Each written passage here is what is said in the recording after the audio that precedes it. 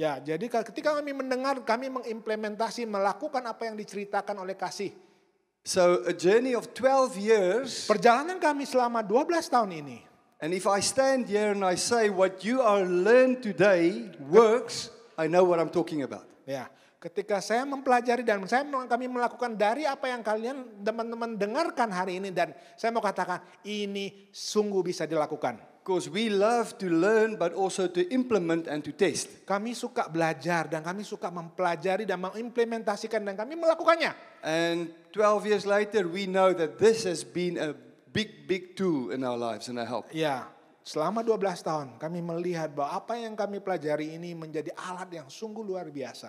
But also in 2014, Ketika tahun 2014, in our nation, South Africa, we had a population of 54 million people. di negara kami Afrika Selatan 54 million. 54 juta orang populasinya. In the same year, the stats said that we have 3.8 million orphans. Ya, dalam tahun yang sama 3,8 juta orang itu adalah yatim piatu. Okay, so by that time we started training the World Needs a Father and Mother Design in our country extensively. Ya, kami melakukan training The World Need a Father dan The Mother Design ini sungguh-sungguh lakukan di bagian semua negara bagian di negara kami. I remember telling my team that if we will work hard for 10 years, we will start to see a change in our nation. Saya ingat sekali apa yang saya katakan kepada tim kami. Kalau kita lakukan ini sungguh-sungguh selama 10 tahun, kita akan lihat hasilnya. But I also remember telling them that it will probably take 2 generations, 20 years. Atau mungkin kita perlu 2 generasi sekitar 20 tahun. So now recently they took a statistic of orphans in our nation again. Dan statistik terbaru dari negara kami tentang jumlah yatim piatu, persentasenya adalah So the population grew from 54 million to 62 million. 54 juta bertumbuh jadi 62 juta jumlah penduduknya. The orphans decreased from 3.8 million to 2.8 million. Ya, jadi yatim piatunya persentasenya 3,8 jadi 2,4. So what I want to say is Apa yang saya mau katakan ini? it's not because of what we did in the World Needs a Father. Bukan hanya apa yang kami lakukan di The World Need a Father. It's because of the collaboration of many movements and organizations in the nation. Tapi ini ada kerjasama dari banyak organisasi-organisasi dan juga kegerakan yang ada di negara kami. And because we are obedient and passionate, Karena kita taat dan sangat sungguh-sungguh mau melakukan ini. and we do our little bit, God does the rest. Ya, kita lakukan sedikit saja, tapi biar Tuhan yang melakukan semuanya. So even to us, when we read the new stat of 2.8 million orphans, it was a big surprise. Ya, buat kami ketika kami melihat statistiknya turun hampir 2,8%. Because we're working and we don't always see the fruit, but God is working Ya, and He does the ketika rest. kami bekerja, mungkin kita tidak lihat hasilnya, tapi Tuhan bekerja. So our encouragement is take what you learn, implement it, and God will do the rest. Ya, apa yang kita sudah pelajari, saya mau mendukung teman-teman supaya lakukan ini, dan Tuhan akan kerjakan apa bagiannya Tuhan. So it is very true that the Word of God says the following. It says, if you love someone, you should give them what they need. Jadi di dalam apa yang dikatakan di Alkitab, kalau engkau mengasihi seseorang, berikan sesuatu yang diperlukan, Not what they want. bukan apa yang mereka mau. Where do I get this from? Di mana saya dapatkan ini? The Word says if someone is hungry, feed them. Ya, di dalam firman Tuhan katakan, kalau seseorang lapar, beri dia makan. Before you share the gospel. Sebelum Anda cerita tentang Injil.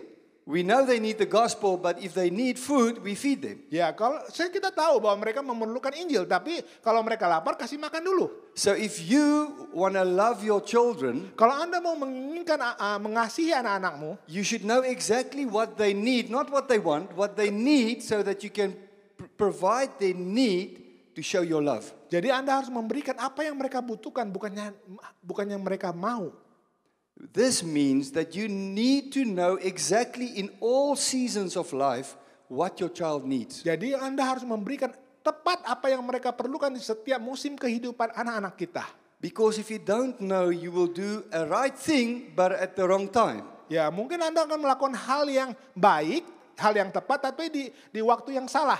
And this is not the right thing. Itu bukan hal yang tepat. bukan? Okay, so in the next session, myself and Riet will try and show you exactly what your child need in what age. Ya, jadi sesi ini kami akan ceritakan apa yang dibutuhkan anak-anak kita pada musim tertentu. Because God created everyone the same. We all need the same things in the same season for maximum development. Ya, setiap anak mempunyai hal yang diperlukan sama seperti dalam setiap musim kehidupan mereka.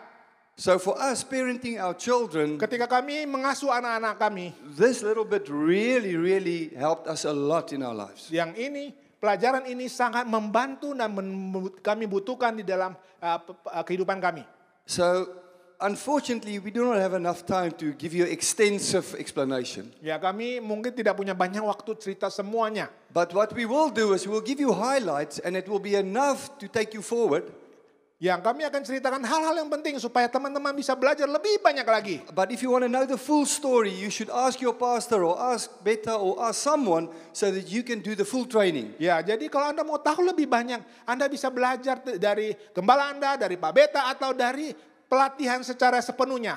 Because if you have the full training in this will really serve you well and your children well. Kalau Anda belajar dengan sepenuhnya pelajaran ini, Anda akan sangat diberkati dan akan memberkati anak-anak Anda terutama. So the seasons on the board, there you have a basic summary of all the seasons in the development of a child's life. Ini adalah simpulan dari kehidupan dari anak-anak kita, dari rangkuman dari kehidupan anak-anak kita. What is very important is to realize that every about 6 years is a different season in a young child's life. Dan harus kita perhatikan setiap 6 tahun ada perubahan dari kehidupan anak-anak kita, musim kehidupan dari anak-anak kita. So 3 primary development voices in the child's life that you need to remember. Ada 3 suara yang berbedaan dalam kehidupan anak-anak kita. We have the voice of the mother. Ada suara dari seorang mama. We have the voice of the father. Ada suara dari seorang papa. And we have voice of friends. Dan suara dari teman-teman. Now this is important to realize. Dan ini harus disadari betul. So in the first 6 years of a child's life, actually 5 years, 5 tahun atau 6 tahun pertama dari kehidupan seorang anak, the primary developmental voice will be the voice of the mother. hal yang paling utama yang harus didengar oleh anak-anak kita adalah suara dari seorang mama atau ibu. But this does not mean that the father's voice is not needed. Itu bukan berarti suara dari papa tidak didengar. But we need to understand the teamwork between mother and father so that Ini the kita child harus can be developed. sadari bahwa kerjasama tim antara papa dan mama. And then from 5 to 11 or 12, there's a new voice, and this is the voice of the dad's voice. Antara umur 5-6 tahun sampai umur 11-12 tahun ada suara yang baru, yaitu suara papa yang bekerja dalam kehidupan anak tersebut. But again, it's also important to realize we still need mommy because we need the team. Sekali lagi kita membutuhkan mama karena ini adalah tim. And then an interesting switch over comes from 12 to 18, and the voice becomes the voice of friends. Umur yang menarik adalah umur 12 sampai 18 tahun. Ini adalah suara dari teman-teman. So often we are so scared of public schools and normal schools because we think, oh, what about the voices of friends? Kita takut dengan sekolah umum atau sekolah yang menyebabkan apa yang terjadi dengan teman-teman mereka. And many parents will opt for homeschooling. Banyak dari anak-anak orang tua mengambil homeschooling gitu untuk anak-anaknya. Which is okay as long as you realize your child needs friends. Ya, ini penting, tapi ingat bahwa anak-anak kita perlu teman-teman mereka. At the age of 12 to 18 for Umur development. 12 sampai 18 tahun untuk pengembangan hidup mereka. So in the next couple of slides, we will show you exactly how the mother plays her role in the first 6 years. Ya, kita slide selanjutnya kita akan lihat bagaimana peran dari mama dalam 6 tahun pertama. And the father plays his role in his, and the friends will play their roles in their 6 years. Ya, apa yang dilakukan oleh papa dan juga apa yang dilakukan oleh teman-teman dalam hidup mereka, anak-anak kita. But it's also important to realize that you will keep on developing until you die. Dan ini ingat bahwa kita akan terus berkembang sampai kita mati, meninggal. So from 18 to 21, there's a new season, and it's also the father voice. Ya, 18 sampai 21 tahun ada suara yang berbeda, yaitu suara bapa. And then the culture voice will kick in, where once you start to work, you choose culture. Ya, setelah kita masuk ke dalam dunia kerja, suara dari budaya itu masuk dalam kehidupan seseorang. But a very important season that I want to show you is the season we call the halftime season. Dan yang paling penting dalam hidup seseorang itu adalah bagian dari paruh hidup dari hidup seseorang. Halftime for men comes between 42 and 48 years of age. Paruh hidup dari seorang laki-laki umur antara 42 sampai 48. And for ladies, 46 to 52. Untuk wanita 46 sampai 52 tahun. Any men in the room, 42 to 48 years, just put up your hand. Ada di sini 42 to 48. laki-laki umur 42 sampai 48. Just put up your hands, 42 Angkat to 48. 42 sampai 48. And then any ladies in the room between 46 and 52, put up your Ada hands. yang perempuan yang di sini, wanita yang umur 42 sampai 52. Okay, so for the rest, this is a warning. Ya, jadi ini peringatan. When you reach halftime, Ketika Anda masuk ke dalam paruh waktu you ini, will start to ask different questions about your life. ada banyak pertanyaan tentang kehidupan. You will ask, Kamu akan bertanya, what I'm doing now, is this okay to do for the rest of my life? apakah yang saya lakukan ini, apakah saya akan terus lanjutkan untuk sampai seumur hidup saya? Did I spend my life well enough up to this day? Apakah saya sudah cukup untuk sampai hari ini? What should I change? Apa yang harus saya rubah ganti? And there's only 3 types of questions that you can answer. Dari 3 pertanyaan ini yang bisa dijawab. It will sound like the following. The first one with indifference. Ya, satu yang pertama yaitu ketidakpedulian. So you 45 or 46, you say, man, am I doing the right thing? And then you just decide not to change anything. You just carry on. Ya, 45-46 akan berpikir, apakah saya sudah lakukan hal yang benar? Mungkin akan mengacukannya dan terus melanjutkan kehidupan. Other people will say, well, I have enough money, I have a little bit more time, my children are grown, so they answer with indulgence. Ya, jadi ada yang berpikir, saya cukup uang, anak-anak saya sudah bertumbuh dewasa, ya sudah, saya mau menikmati kesenangan saya. So they buy a new car, they Beli buy a mobil new baru, house, rumah baru, mobil baru. they spend money, they go on extravagant holidays Ya, mereka menghabiskan uang, jalan-jalan plesir, because they want to feel better. karena untuk merasakan lebih baik. And then the other group of people, Ada kelompok yang lain dari they will kelompok answer ini. with significance. Dan yang dikatakan adalah masa yang berpengaruh. What should I change in my life so that my life will count for the next season?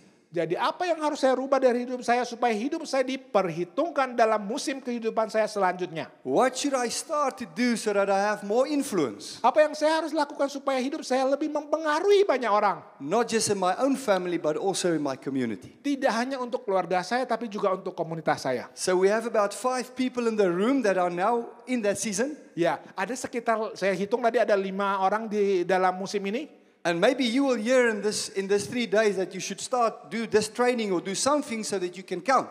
Ya, jadi Anda harus belajar lebih banyak lagi dalam musim ini supaya hidup ini bisa menjadi pengaruh yang lebih besar.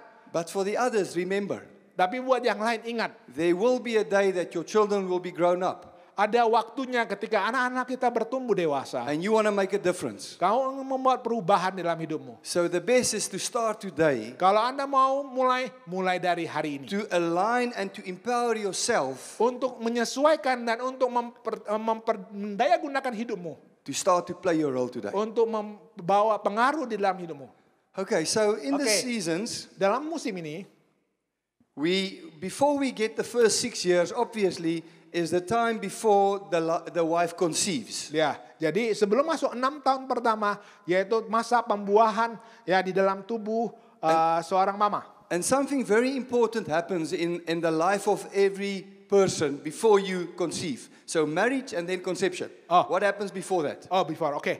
Jadi sebelum terjadi pembuahan, itu ada kehidupan sebelumnya, ya, hidup seseorang.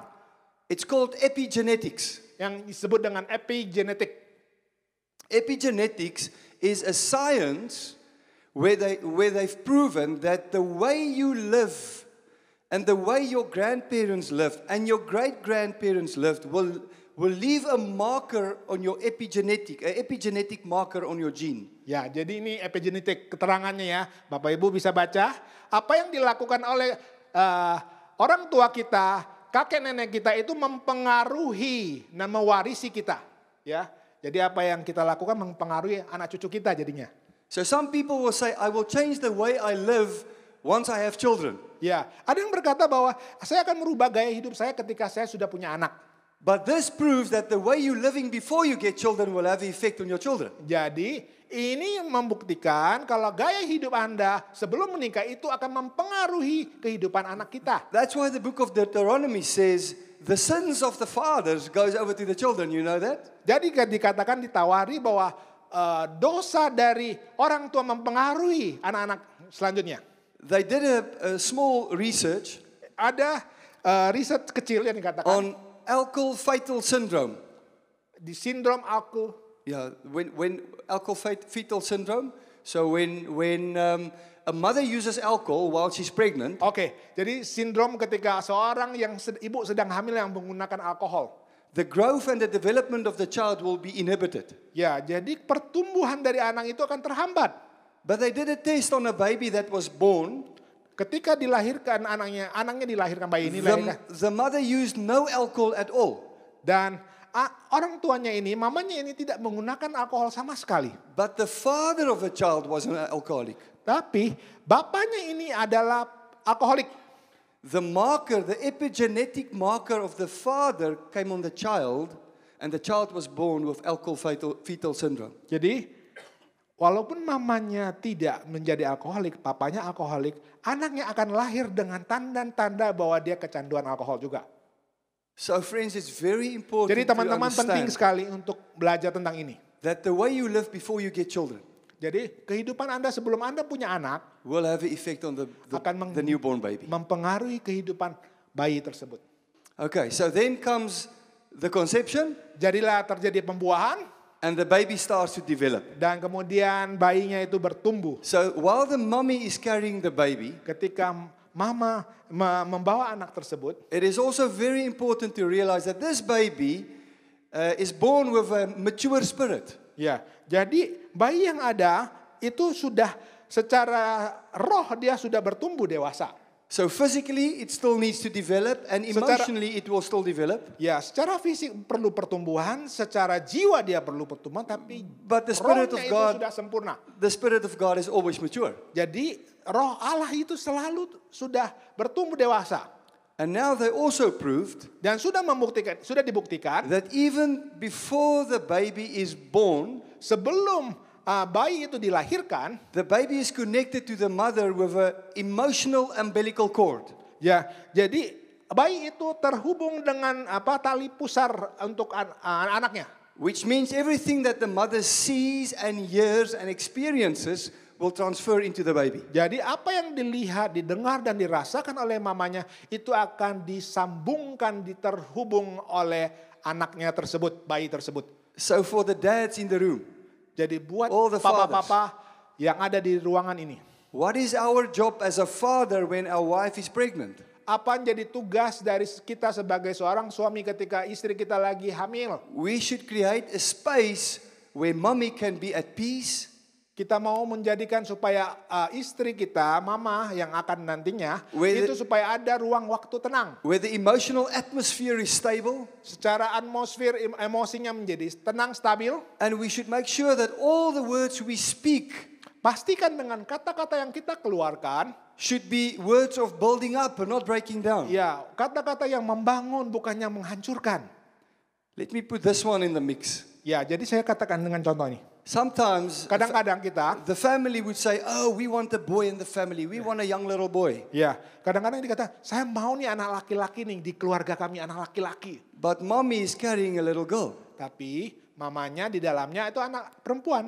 And the little girl hears everything that the father says. I want a boy. I want a boy. Ya, jadi ketika mamanya mendengar dan anaknya mendengar dari apa yang dikatakan, saya mau laki-laki, saya mau anak laki-laki. And this little baby develops with a sense of rejection. Ya, anak yang ada di dalam janin yang ada di dalam perut mamanya kan merasa tertolak. And can even make inner decisions Dan di dalamnya bisa mengambil keputusan. to say, I don't want to be a girl, I want to be a boy. Sudah bisa diputuskan bahwa saya tidak mau jadi anak perempuan, saya mau jadi anak laki-laki. Because of the way we live when our wives are pregnant. Itulah karena gaya hidup dari kita dari waktu istri kita lagi hamil. And because of the things we say while they carry the baby, over the baby, Ya, jadi ketika perkataan itu dikeluarkan dan didengar oleh mamanya ketika mamanya masih hamil. can even cause a young little child to be born with a predisposition of battling with identity. Iya. Dan ketika anaknya lahir, anaknya akan lahir dengan masalah identitas yang terganggu ya antara laki atau perempuan. Okay, and so we can give you so much more detail in that season. Ya, saya bisa ceritakan lebih banyak detail lagi dalam musim ini. But it's also important to realize that fortunately the baby will be born. Ya, yang pasti anaknya akan dilahirkan. And on birth then we should understand that certain things are very, very important for mommy to do. Ya, jadi sebagai apa yang harus dilakukan sebagai seorang mama dalam umur 0 sampai 5 tahun. So Riet will help you with this because she's a mother, she knows better, and she will help you with the first 5 years. Ya, jadi Riyad ini seorang mama, jadi dia lebih tahu banyak dan dia akan ceritakan bagaimana untuk melakukannya. So if you do a Google search on the first 1,000 days of any child, Ya, jadi kalau kita search di Google 1000 hari pertama dalam kehidupan seorang anak, you will find that that is the most important season of that child's life. ya, dan ini adalah musim yang paling penting dalam kehidupan seorang anak.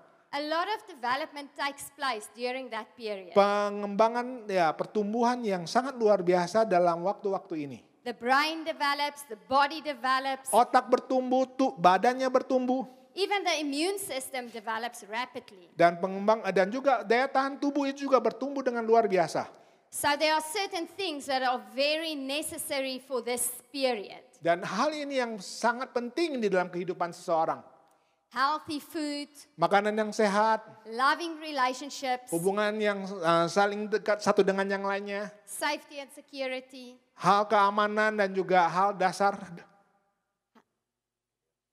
and also a healthy environment. juga lingkungan yang sehat. So any stress on that little infant or baby for the first 1,000 days of that child's life will cause a lot of damage in their body, in their brain, and in their immune system. Jadi kalau ada sesuatu bermasalah dalam kehidupan mereka 1000 hari pertama, itu akan merusak otak, pertumbuhan hidup mereka dan juga di dalam kesehatan mereka. So this is also proven what I say because this was the first MRI scan that they took of a mother kissing her little baby. Ini adalah gambar MRI pertama di dunia tentang bagaimana seorang ibu mencium dahi anak yang berusia 2 bulan. Ini adalah hormon oksitosin, ya, hormon perasaan dari mama dan anak itu terjadi. So now he is telling what I have to tell. Dia sudah ceritakan apa yang harus saya ceritakan. So he said that the orange spots is the release of a hormone called oxytocin. Jadi bagian orange ya, bagian di otak itu yang warna oranye itu adalah hormon oksitosin. It's released in very large amounts during pregnancy and also during childbirth and breastfeeding. Ya, jadi itu dikeluarkan banyak sekali ketika lagi proses kelahiran, proses ketika menyusui. It's so important because this is the bonding hormone for the mother and the child. Jadi penting sekali cairan ini itu menjadi penghubung antara mama dan seorang bayi. So even the dad has to come closer to this bonding of the mother and the child. Bahkan seorang papa harus dekat dengan hubungan antara mama dan anaknya. So Vian said that the father is also necessary in this mix with the mother influence that they have in the first 5 years. Jadi papa itu harus benar-benar ada di tengah-tengah hubungan antara mama dan anak di dalam waktu 5 tahun pertama itu. So while the mother is pregnant, the father will talk to the baby and will pray for the baby. Jadi selama anak ini ada di kandungan, papa harus berdoa dan berbicara kepada janin yang ada di perut istrinya. He will support the mother and he will really make things comfortable for her. Dukungan dari seorang papa itu membuat ibunya jadi tenang dan nyaman. So if he does that correctly, Kalau papa melakukannya itu dengan benar, there's another hormone that is released in his body called vasopressin. Ya, jadi ada hormon lain yang akan dikeluarkan dari tubuh pria ini atau suami atau papa. And this will cause the feeling for the dad that he is part of this mother and baby. He will also bond with them. Ya, hormon ini akan menyebabkan perasaan bahwa dia sanggup menjadi seorang bapak dan ada keterikatan antara papa dan anak. So when the baby is born, 80% of all the intellectual development, belonging and trust will take place during the first 5 years. 80%. 80%. Ya, jadi dalam 5 tahun pertama 80% energi itu adalah pertumbuhan yang ada dalam tubuhnya. A scripture that really impacted me was Psalm 22 verse 9. Jadi ayat yang sangat mempengaruhi saya adalah di dalam Mazmur 22 verse 9. 22 ayat 9 dikatakan, And it says, Yet you are he who took me from the womb. You made me trust you at my mother's breast. Karena engkau sudah membawa kami keluar dari janin, dari rahim ibuku. Engkau membuat aku percaya kepada engkau dalam pangkuan ibuku. So the mother has the ability to really convey this to their children. Jadi seorang ibu harus mampu bisa membawa perasaan ini kepada anak-anaknya. To let their baby learn to trust and to belong. Untuk mengajarkan supaya bayinya itu bisa percaya dan merasakan dekat dengan dia. And this is what we are talking about when we speak about the mother voice, the influence of the mother in the first 5 years. Jadi dikatakan suara ibu itu mempengaruhi 5 tahun pertama perkembangan seorang anak. The mother will teach and convey intimacy into her child. Seorang ibu akan mengajarkan dan menyalurkan tentang keintiman dalam kehidupan seorang anak. This is done through the eyes, the eye contact, soft eyes, skin contact, holding the baby. Ini mulai dengan cara apa? Dengan kontak mata, kedekatan ketika dipeluk dan dirasakan dan kehangatan dari tubuhnya. Not like some mothers that put the child in front of the TV with a bottle and put the nappy underneath the bottle so that the child can watch TV and drink the bottle. Tidak seperti dibiarkan anak hanya nonton TV langsung sampai minum susu ya di tempat tidurnya sambil nonton TV. That is the wrong way. Itu bukan cara yang benar. If you want to convey intimacy into your child, you need to bond with that child, having intimacy, eye contact, soft eyes, skin contact. Ya, jadi kalau kita mau memberikan rasa intim kepada anak kita, tatapan yang lembut kepada anak kita, tatapan mata kita, kedekatan dengan kehangatan kulit kita, memeluk anak kita. And it was interesting to me when I read in the Bible about Moses and Moses' birth. Ya, saya baca di dalam Alkitab hal yang menarik ketika Musa dilahirkan. Because when he was born, his mother was afraid that they are going to kill him. So she put him in a basket in the river. Ya, ketika Musa dilahirkan, mamanya takut untuk anaknya itu dibunuh dan dia makanya itu bayi Musa itu dilarikan dari dalam basket di dalam keranjang kemudian dialirkan di sungai. And the interesting thing is that he was given back to his mother to nurse him for the first 4 years of his life. Jadi yang menarik lagi, bayi Musa itu dikembalikan lagi ke mama dan dipangku dan diasuh oleh mamanya 5 tahun pertama. And now I understand more clearly that this was very important for him to develop. Dan ini saya mengerti kenapa sangat penting buat dia untuk bertumbuh dan dia berkembang. Being with his mother, having that intimacy, nurture and care and learning to trust. Jadi 5 tahun pertama Musa itu benar-benar mempengaruhi kehidupannya. Bagaimana dia belajar percaya, belajar untuk dekat intim. Because he was a great leader. Karena dia pemimpin yang luar biasa. And he had to lead the Israelites out of Egypt. Dia memimpin kaum Israel keluar dari Mesir. He had to trust God. Dia harus percaya kepada Tuhan. He had to work in a team. Dia harus bekerja di dalam tim. Can you see how important it is to have intimacy with a mother when you are between Bisakah kita 0 and melihat 2? bagaimana pentingnya keintiman dengan seorang mama itu mempengaruhi seluruh kehidupannya dia? What I always want to convey, if there's one thing that you can remember from this whole intimacy and mother voice, is that you need to be an intentional mother. Ya, jadi apa yang ingin saya sampaikan dengan keintiman dengan seorang mama dengan anak adalah ini harus dilakukan dengan sengaja.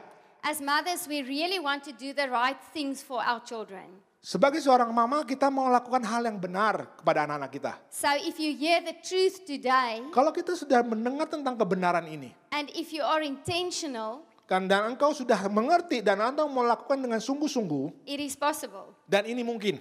And it's small steps that you take. Ya, langkah sedikit demi sedikit. And I see a lot of young women here. Saya melihat banyak anak-anak wanita yang masih muda di tempat ini. Maybe you are not married, maybe you are married not having children, or maybe you have very small children. Atau mungkin Anda belum menikah, Anda sudah menikah belum punya anak, Anda sudah menikah dengan anak yang masih kecil. And that is wonderful. Dan itu sungguh luar biasa. Because you have the opportunity to hear this information and to implement it and to be intentional. Ya, jadi Anda sudah mengerti tentang ini, Anda sudah mau melakukannya dan Anda bisa mempraktekkannya dengan sengaja. Children need a lot of things. Anak-anak kita butuh banyak sekali hal.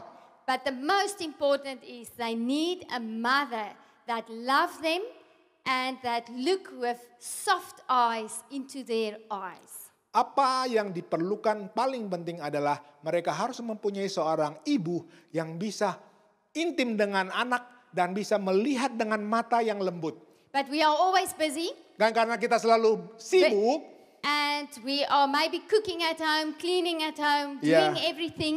karena seorang ibu kan mau masak, mau bersih-bersih, melakukan segala sesuatu di rumah. And if your little toddler wants to talk to you or show you something, Kalau anak kita mau memperlihatkan sesuatu atau mau berbicara dengan kita, being intentional, dengan sengaja kita harus benar-benar memperhatikannya. from this day on, Dari saat ini, you will stop. kau harus berhenti melakukan hal yang lain. You will bend down. Engkau harus jongkok, And you will look them straight in the eye. lihat matanya langsung kepada matanya Having soft eyes. dengan mata yang lembut. And then listen attentively. Ya, dengar dengan sungguh-sungguh. Put off the stove.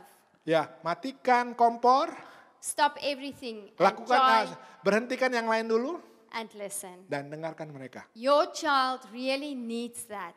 Anak-anakmu membutuhkan hal-hal seperti ini. It will teach them so many things about life.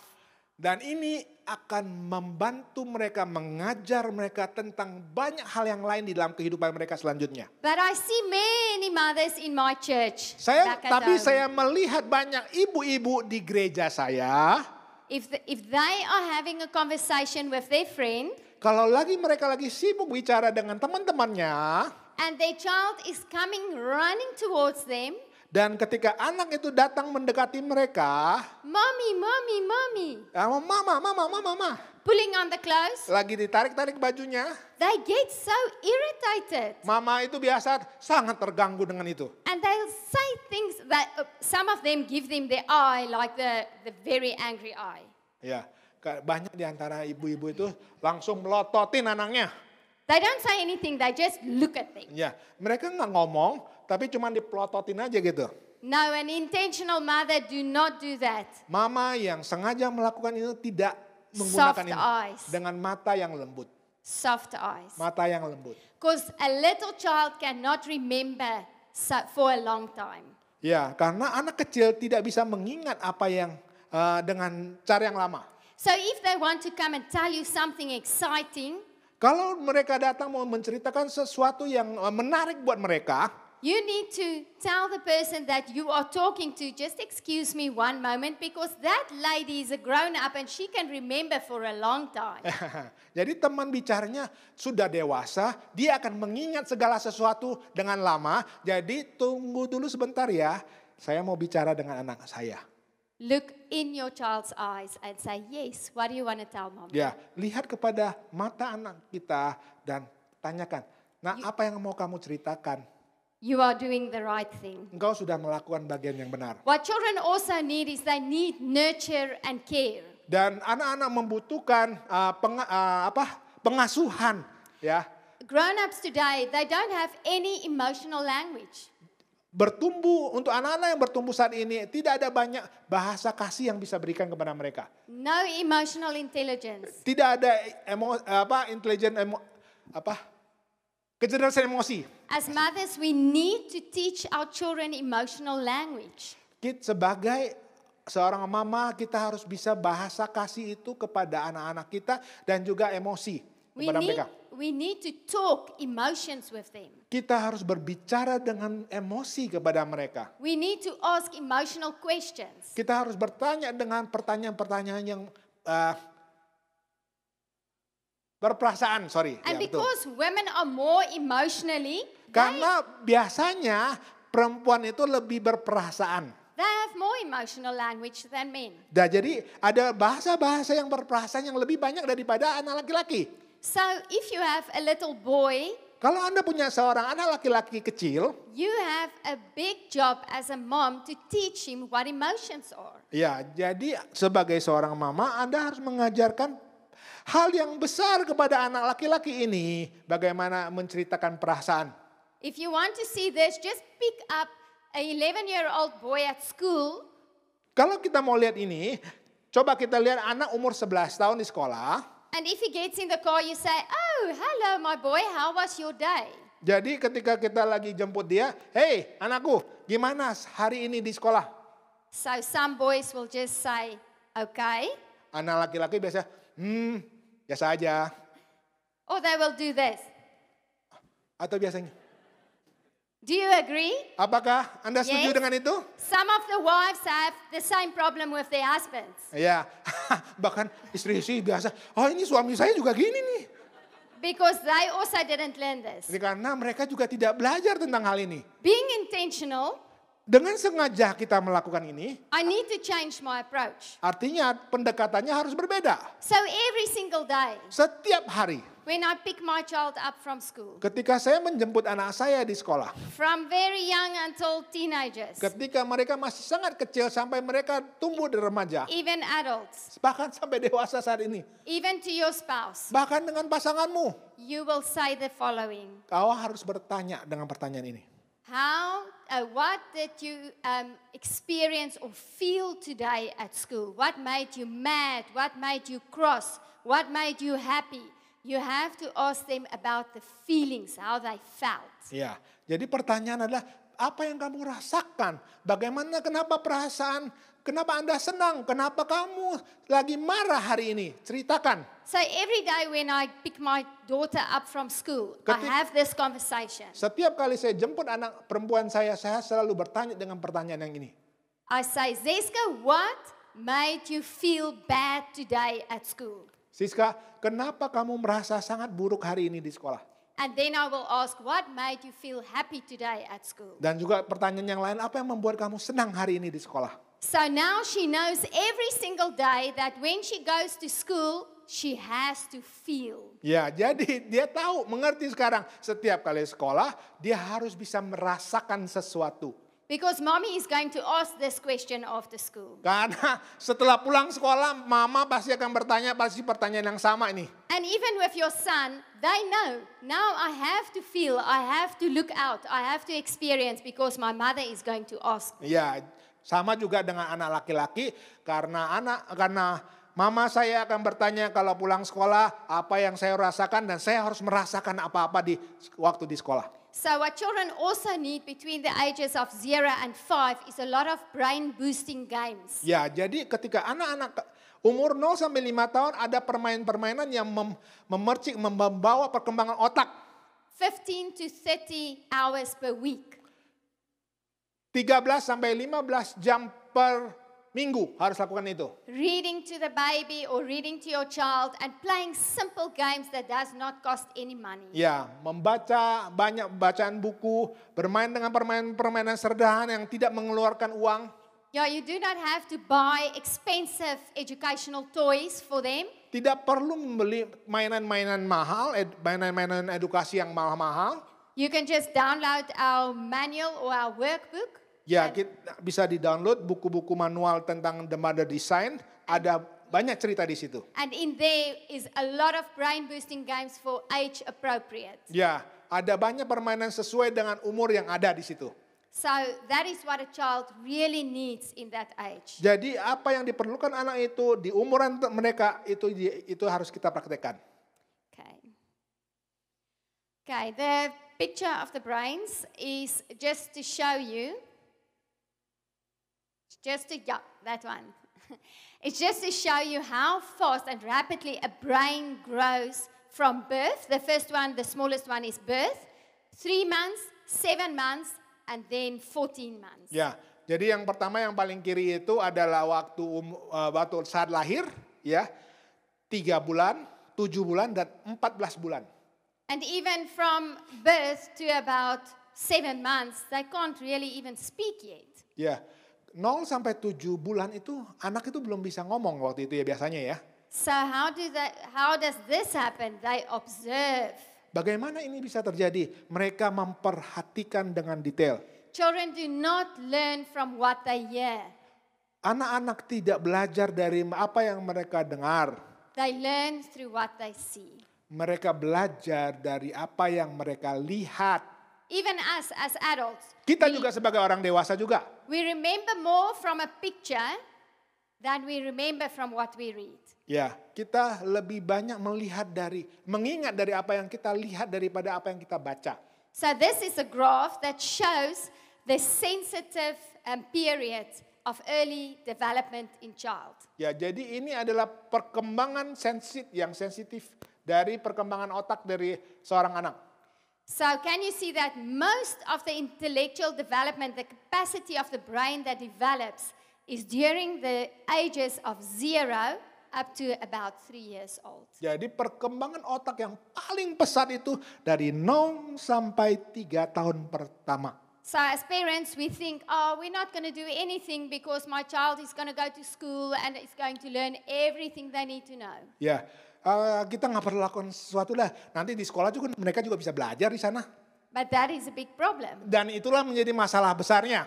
because they are looking at you, looking at the interactions with your family, and that is teaching them more than school. Jadi ketika anak melihat apa yang terjadi dari papa mamanya, apa yang terjadi di keluarganya, mereka belajar lebih banyak daripada mereka di sekolah. If we look at a few of them, we'll see that numbers, knowing maths, is by the age it peaks at about 3 years old.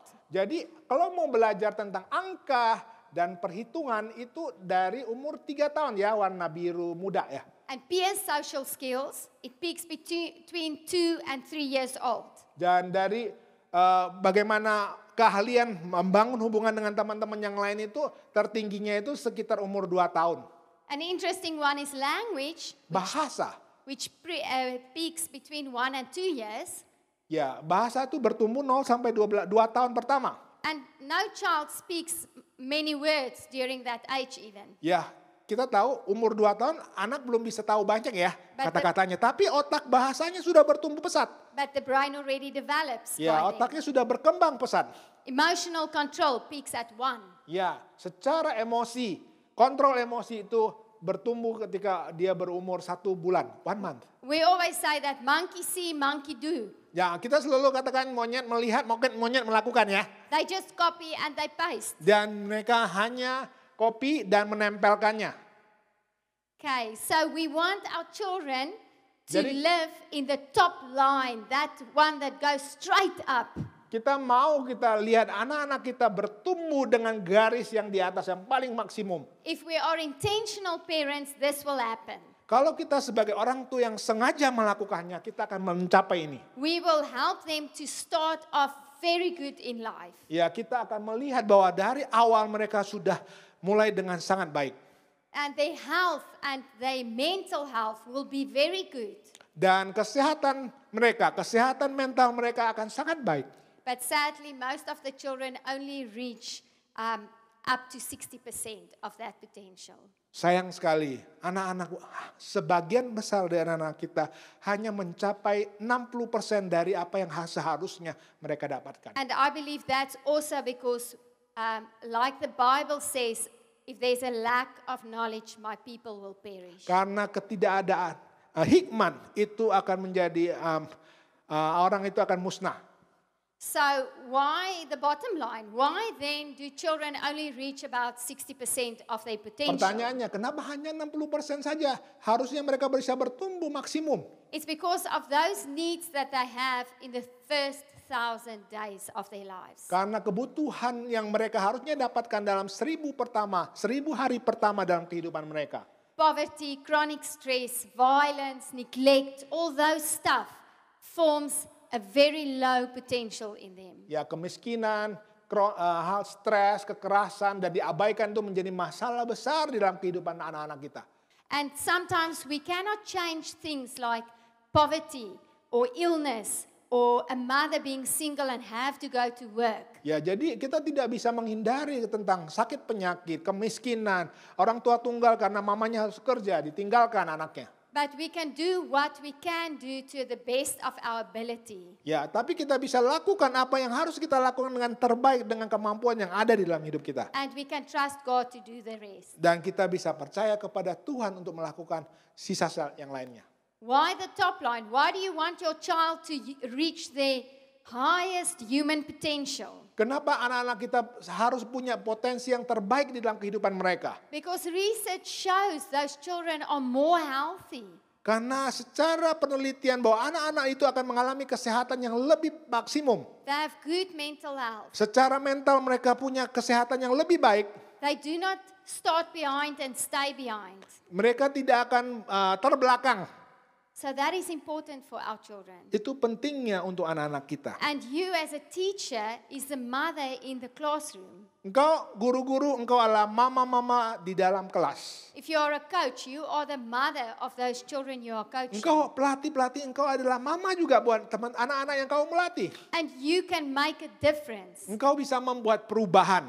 If you exactly know what that child needs. Kalau engkau tahu secara tepat apa yang diperlukan anak-anak itu.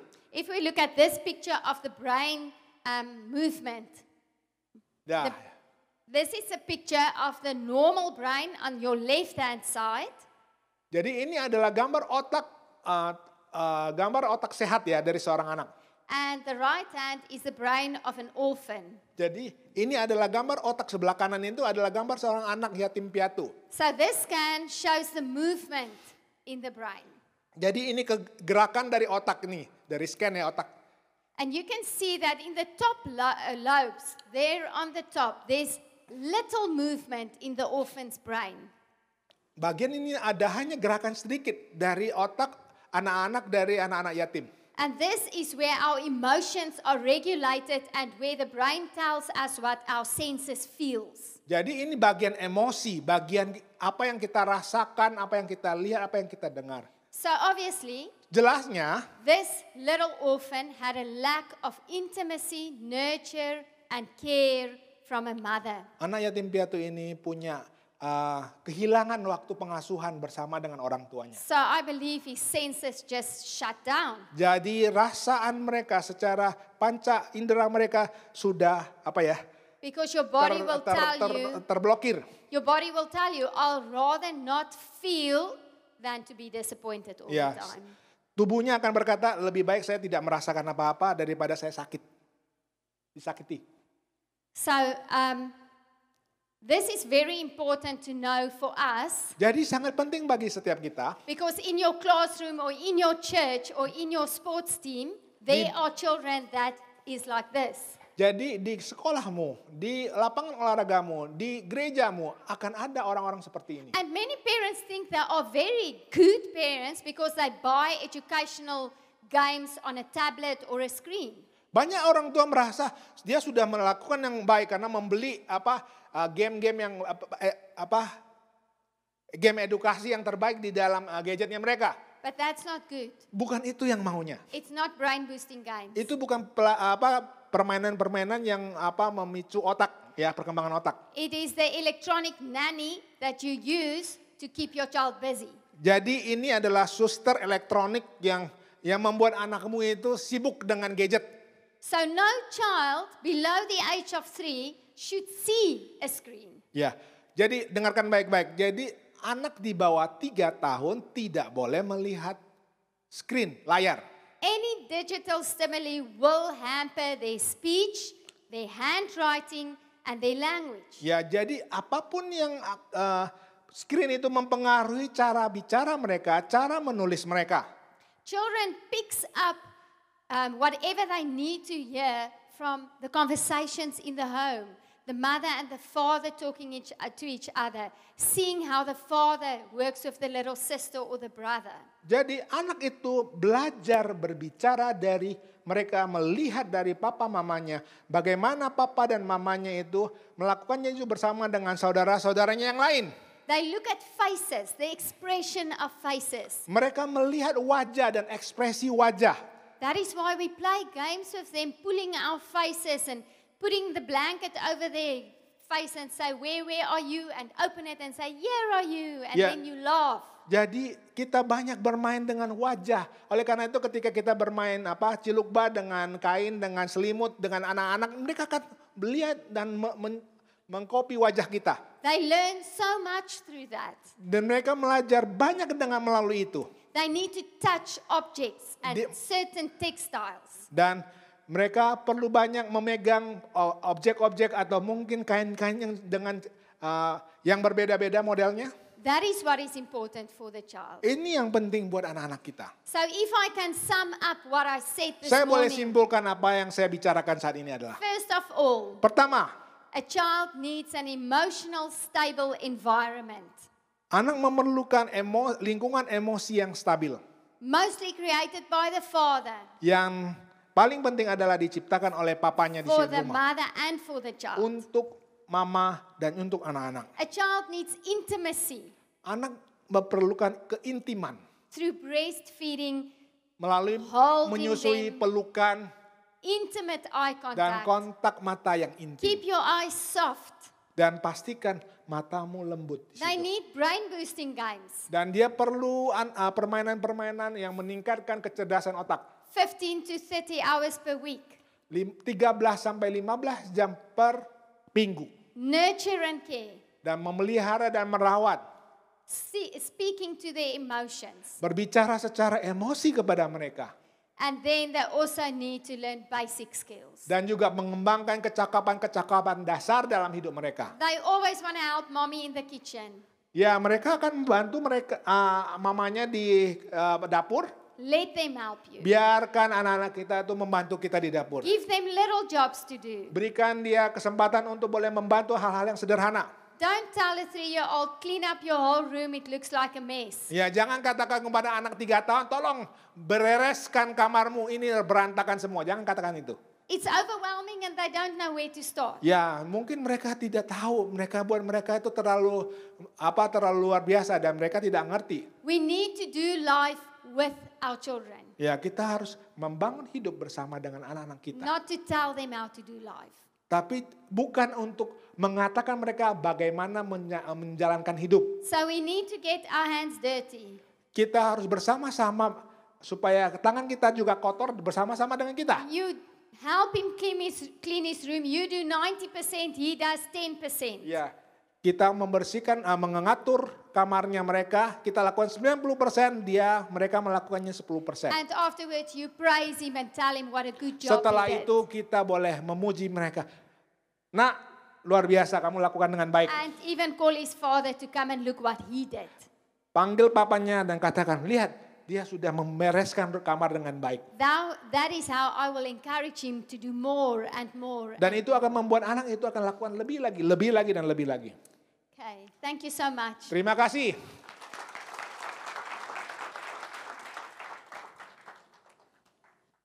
Okay, so you can see that the woman has got a big job. Jadi- The wives have got big jobs. So if you're a male, if you're a man, maybe a father already, just touch yourself. Say, I'm a father. Katakan kalau Anda papa, katakan saya seorang papa. And then you tell yourself, I have a big job. Saya punya pekerjaan yang luar biasa. It's to keep my wife happy. Saya mau memastikan bahwa istri saya bahagia, senang. Because we should create the space Kita mau supaya ada ruang khusus untuk mereka. so that they can do the most important thing, and that is caring for the children. Ya, apa yang paling penting? Mereka bisa merawat anak-anak kita dengan baik. But many times we come home after work, Banyak waktu ketika kita pulang dari kantor, we throw our laptop there in the corner, kita taruh tas laptop kita di ujung, we sit on the sofa, kita duduk di sofa, we take the remote and we watch TV. kita nyalakan remote dan kita nonton TV. We expect a meal later the night. Ya, kita We expect a meal that we want supper. ya kita memastikan masakan sudah tersedia. And then even later tonight we want sex. Ya, malam itu kita mau mengharapkan kita bisa punya waktu intim dengan istri kita. And your wife just thinks, who is this guy? Ya, istri kita akan berpikir, ini siapa sih ini orang nih? Does he even know what's happening in the home? Tahu nggak sih apa yang sedang terjadi di rumah? Is it true, ladies? Apakah itu benar terjadi? Yeah, don't be scared. Yeah, I can see. Because I see they do this. Yeah. Okay, so men, we have to own up. Ya, jadi kita sebagai pria harus bertanggung jawab.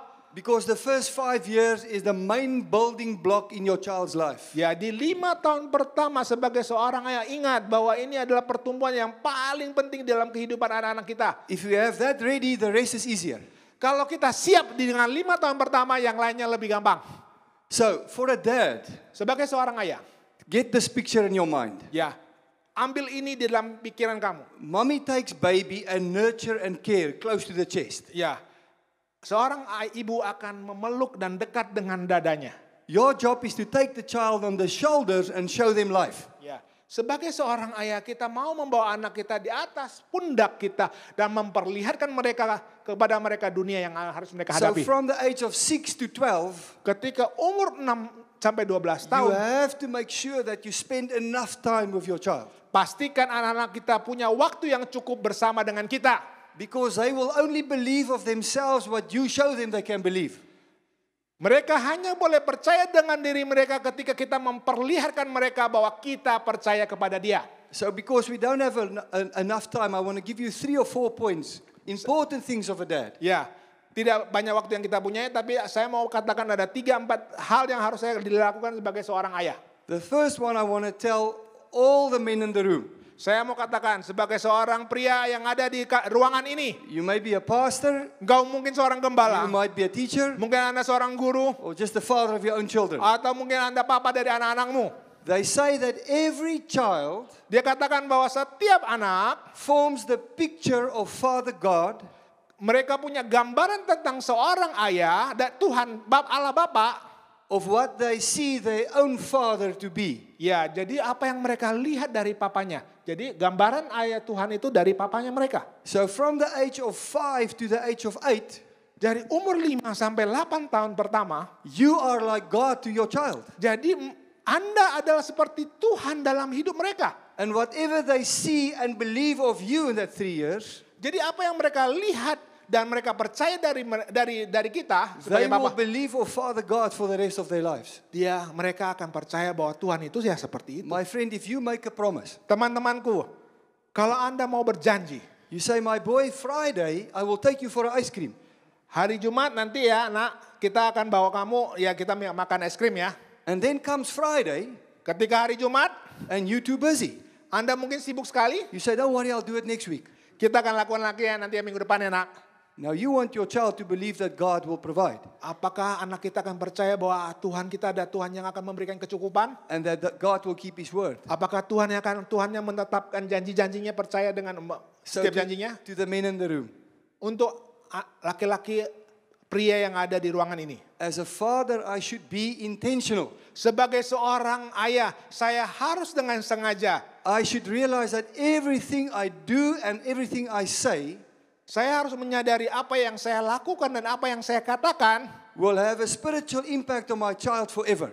akan mempengaruhi secara spiritual sampai selama-lamanya dalam kehidupan anak saya.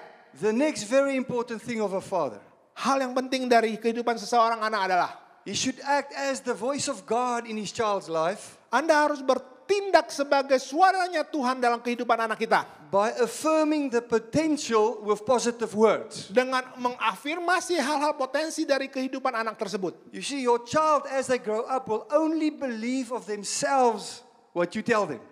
Anak kita akan bertumbuh dengan kepercayaan diri dengan apa yang dikatakan papanya dengan hidup dia sendiri. In the neuroscience, they prove the following. Jadi dalam ilmu perotakan itu dikatakan seperti ini. If you want people to be positive in your organization, Kalau Anda mau positif di dalam organisasimu, you need a ratio of 3-1. 3 positive statements to 1 negative statement. ya 3 statement positif hanya 1 statement negatif. In your marriage, if you want a positive and a growing marriage, you need 4-1. 4 positives versus 1 negative. Ya, kalau di dalam pernikahan 4 yang positif, pernyataan positif, 1 pernyataan negatif. If you are the parent or the father of your child and you want a positive child, Kalau Anda mau anak kita positif, you need a ratio of 6-1. Anda perlu 6 hal positif dan 1 hal negatif. 6 affirming statements, affirming the character and the potential of your child. 6 hal yang kamu harus afirmasi, peneguhan potensi yang ada dalam anak kita, dalam kehidupan anak kita. Versus 1 negative one. Hanya 1 yang negatif, suara-suara negatif. Fathers, we should be intentional. Sebagai seorang ayah kita harus sengaja melakukan ini. Looking at the things that we can affirm Lihat dari segala sesuatu yang bisa kita teguhkan dalam hidup anak-anak kita. so that the children can believe it over themselves. Dan sehingga anak-anak kita boleh percaya dengan diri mereka. It is your job. Ini adalah tanggung jawab kita sebagai orang tua. So at the age of 8, Ketika dia berumur 8 tahun, your child is developed to have a strong understanding of body, soul, and spirit. anak kita akan semakin mengerti tentang roh, jiwa, dan tubuh. Which means it is a very ripe time for your child to receive Jesus as his Lord and Savior. Dan untuk itu anak-anak kita siap untuk menerima Yesus sebagai Tuhan dan Juru So Selamat when they're pribadi very mereka. young, they might say, "Daddy, pray for me. I want Jesus in my heart." They Kalau might be mungkin 3 or dari 4. kecil dia mereka minta untuk didoakan terima Yesus dalam hidup mereka. And next year they do it again. Tahun selanjutnya mereka ngerti, And when lakukan lagi. they 6, they say, "Pray for me again." Umur 6 tahun dia lakukan, doakan lagi. And when they naughty, they want you to pray for them again. Ketika mereka nakal mungkin mereka minta lagi, didoakan lagi. But when they ask you the same question when they turn 8, Ketika pertanyaan yang sama ketika mereka berumur 8 tahun, "Daddy, I need Jesus in my heart." mereka akan bertanya, Papa, saya perlu Yesus dalam hati saya. If you handle that correctly, Kalau Anda melakukannya itu dengan benar, because of the season in his life or her life, karena musim dalam hidup mereka, that decision might just stick forever. dan keputusan itu akan menempel terus sepanjang hidup mereka. So when a young child of 8 comes and say, "I want to receive Jesus," Ketika anak umur 8 tahun datang menghadapi dan menerima Yesus, you stop everything.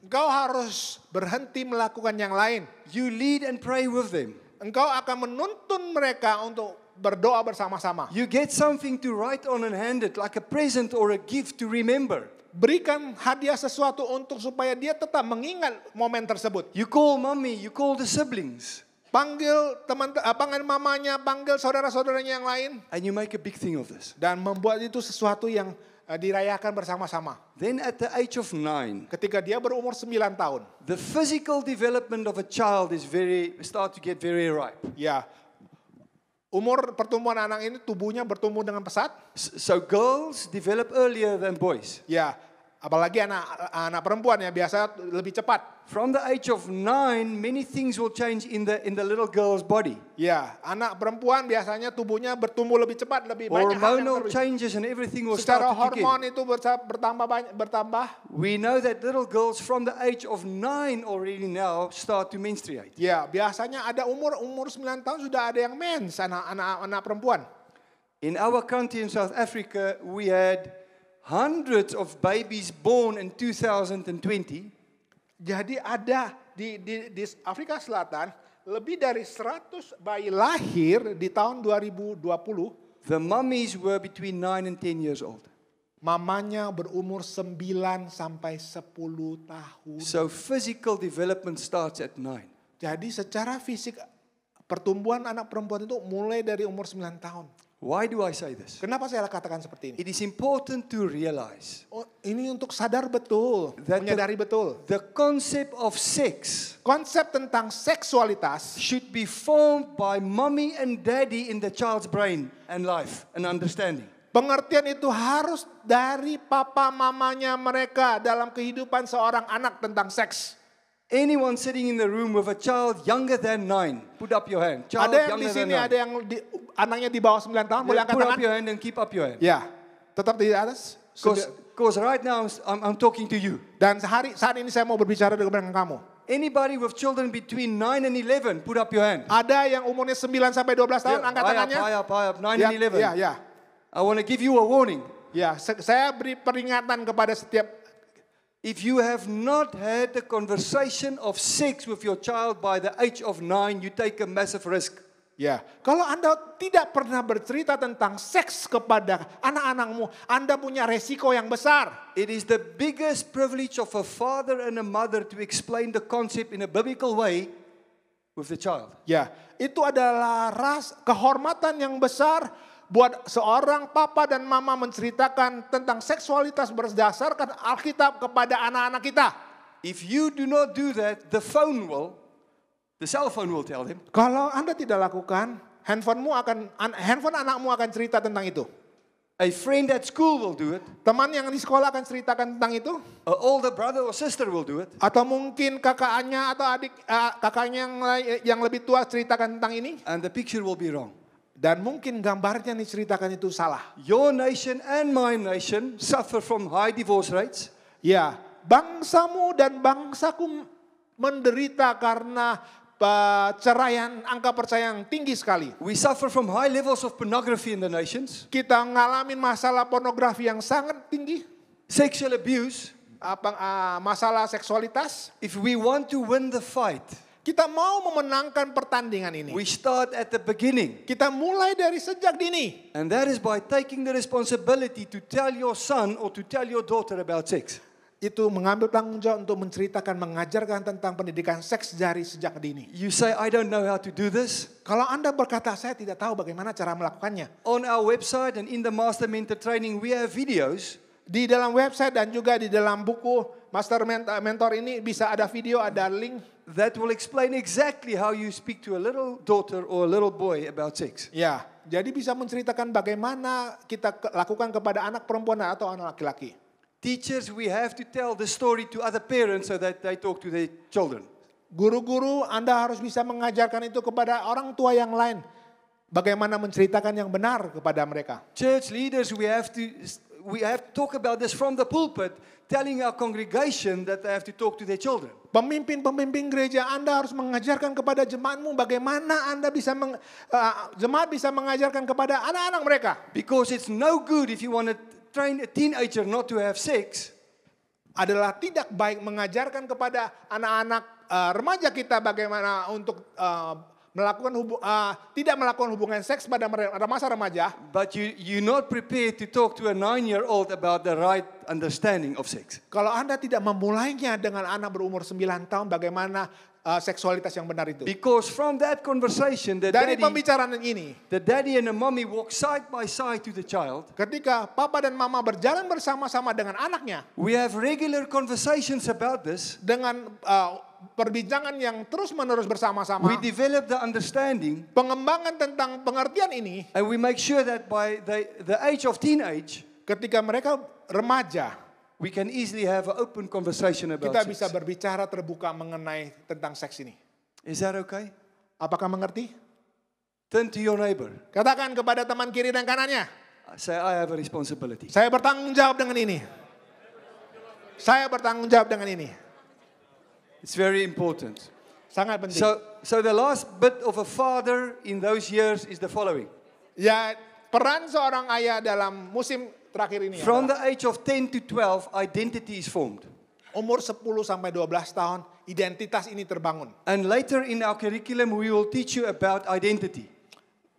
Setelah ini kita akan bicara soal identitas. But for now, you need to realize identity is formed through the following. Ya, identitas ini dibangun dengan hal ini. Values, Nilai-nilai, choices, pilihan-pilihan, and friends. dan juga teman-teman. It is the father's job to lead the family Dan ini adalah tanggung jawab papa untuk memimpin keluarga. so that the family lives from a strong set of values. Supaya keluarga ini punya nilai-nilai yang kuat. They make their decisions based on values. Membuat banyak keputusan berdasarkan nilai-nilai yang sudah dibuat di dalam keluarganya. And they choose their friends Dan based memilih on teman-teman values. mereka berdasarkan nilai-nilai yang ada. If you do not do that, Kalau Anda tidak melakukannya, your child will go into high school, into teenagers, kalau anak Anda masuk ke dalam SMA dan bersama dengan masa remaja mereka, not having a strong identity, kalau tidak punya nilai-nilai identitas yang jelas, no values to choose, tidak ada nilai yang dipilih, and you'll have a child that will have the wrong friends kalau Anda membiarkan anak-anakmu punya teman-teman yang salah, and do the wrong things melakukan hal yang salah for the wrong reasons. dengan alasan yang salah pula, Where do we start? dimulai dari mana? Even before they go to high school. Sebelum mereka Okay, masuk Dad. ke sekolah SMA. So in 3 minutes, Dalam waktu 3 menit, in 3 minutes, I want to quickly talk about this season, the season from 12 to 18.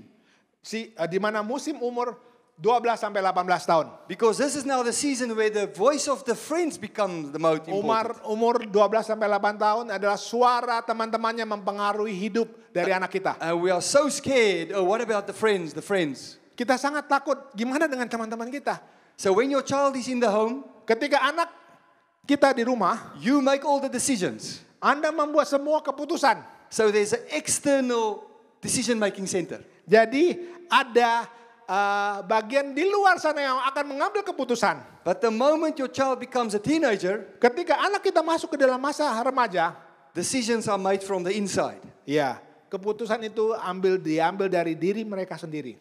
And this is when, oh, I don't have that one there. This is when the parents no more chooses on behalf of the child, but the parents start to encourage the child to go forward. Ya, jadi bagian ini adalah bagian orang tua mendorong, bukan lagi mengatur, tapi mendorong anak-anak kita maju ke depan. Parents, one of the most important thing you can do when your child is a teenager Orang tua, apa yang bisa kita lakukan, hal yang penting ketika anak-anak kita sudah masuk masa remaja? is to stay emotionally connected. Secara emosi kita harus terhubung satu dengan yang lain. Not just the mothers, but also the fathers. Tidak hanya mamanya saja, tapi juga papanya. Make eye contact. Juga pastikan ada kontak mata. Make body contact. Pastikan ada kontak secara fisik. Ask questions. Tanya dengan banyak pertanyaan. Have long conversations. Pastikan ada banyak pembicaraan-pembicaraan yang cukup dalam.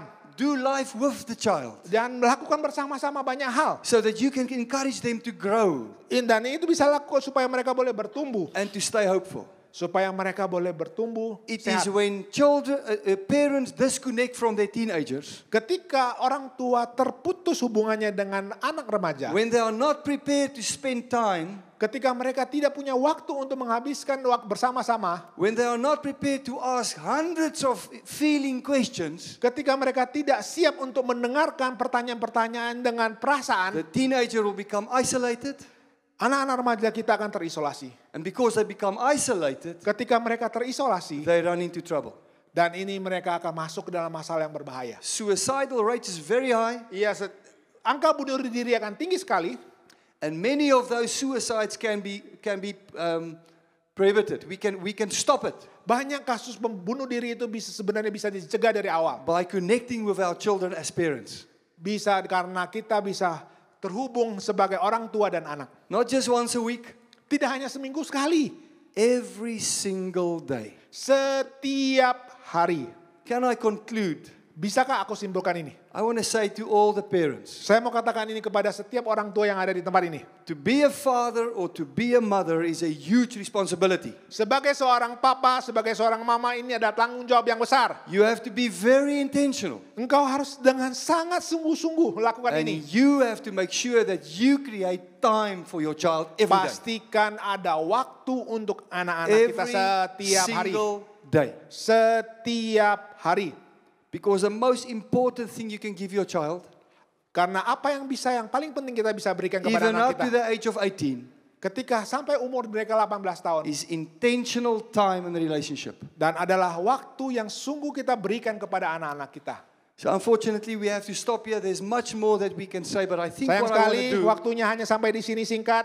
Ada banyak hal yang saya bisa ceritakan lagi. to end the session and to send you off to lunch, I want to do a prayer. Sebelum saya mengutus untuk mempraktekkan ini di rumah, saya mau berdoa. And I want to ask you to open your hearts for God. Saya berdoa supaya Anda boleh membuka hatimu di hadapan Tuhan. Let's just pray together. Mari kita berdoa. Father God, Tuhan, Thank you for the privilege of having kids. Terima kasih Tuhan untuk kehormatan kami boleh mempunyai anak-anak. Thank you that you trust us as parents with your children. Terima kasih Tuhan untuk kamu mempercayakan anak-anaknya Tuhan buat kami Tuhan. Father, today we want to declare, Bapa, kami mau menyatakan ini. we need you. Kami memerlukan We Engkau. need your guidance, Jesus. Kami memerlukan petunjuk darimu We Tuhan. need more of your grace. Kami membutuhkan kasih karunia We yang need lebih lagi. wisdom.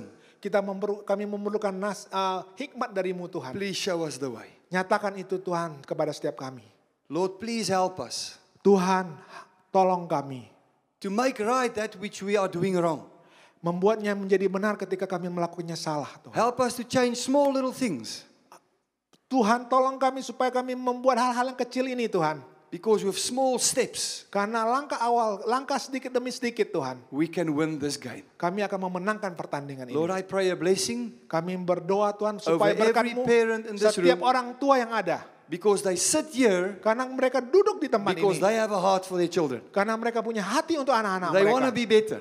Karena mereka mau lebih baik They want to lagi. create a better generation. Karena mereka mau lihat generasi yang lebih baik lagi Tuhan. So please meet them on their desire. Tolong setiap anak-anak-Mu Tuhan supaya mereka mencapai apa yang mereka mau Tuhan. Meet our expectations. Supaya ada pengharapan mereka. Please bless the parents. Tuhan berkati setiap orang tua di tempat ini. Bless their children. Berkati setiap anak-anak. In Jesus' name. Dalam nama Tuhan Yesus. Amen. Amin. Thank you. Makasih.